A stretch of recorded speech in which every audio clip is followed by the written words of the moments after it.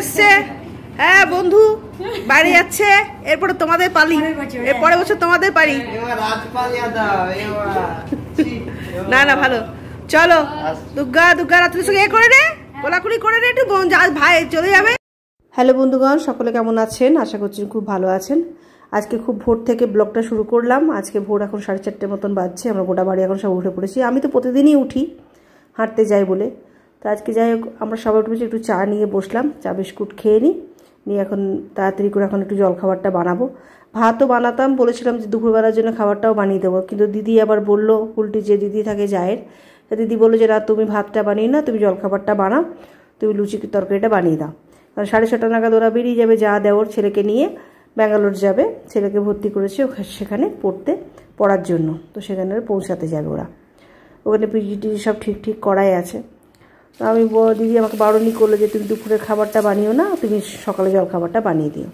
তো একটু আলু চচ্চড়ি আর লুচি এটা করে দিই, তার মধ্যে আবার ছেলেও স্কুল যাবে, তো ওই জন্য ওর জোগাড়টাও, ওরও টিফিনটা হয়ে যাবে।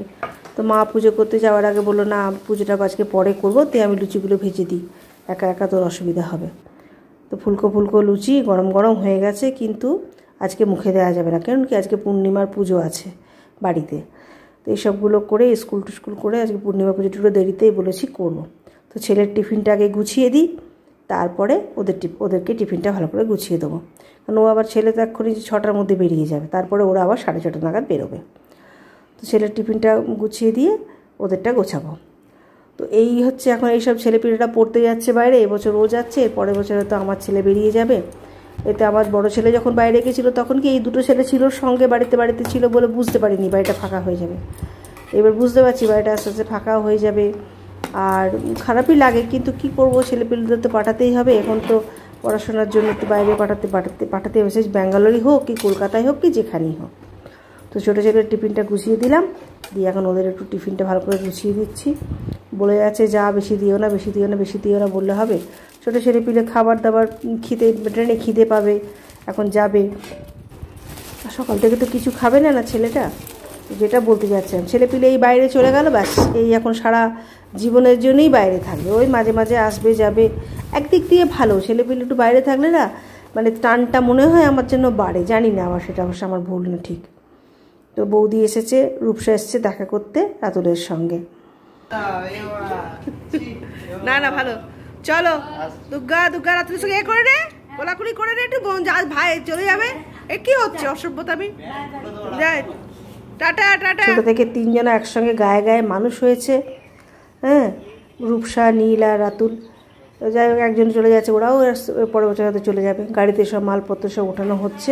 কি খাচ্ছিস? আইসক্রিম? সকালবেলায় আইসক্রিম খেয়ে বেরোচ্ছিস?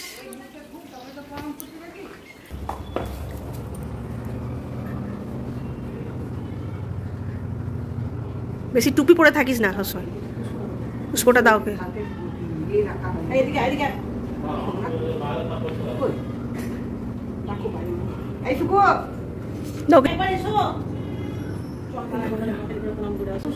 মানুষ হবে,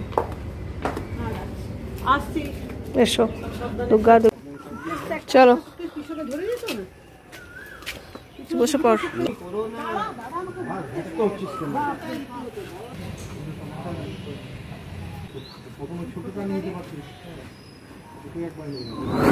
ঠিক আছে দুর্গা দুর্গা টাটা টাটা। হ্যাঁ দুর্গা দুর্গা টাটা বাবু, টাটা,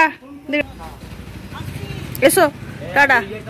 চলুন ওরা বেরিয়ে পড়লো, আমারও কিছু কাজ আছে, পুজোর জোগাড় আছে, তার আগে স্কুলটা সারতে হবে। তো স্কুলটা সেরে চলে এলাম, প্রায় 9টা বাজছে। তো এখন এবারে আমি পুজোর জোগাড়টা আমাতে মিলেই করে নিলাম। রামু তো খুব তাড়াহুড়ো করছে, তো আমার ব্লগটা এখানেই রাখছি। আজকে এখন পুজোটা হবে, তো আপনারা সবাই দেখতে থাকুন, সঙ্গে থাকুন, পাশে থাকুন। অনেক অনেক ধন্যবাদ সকলকে, বাই বাই।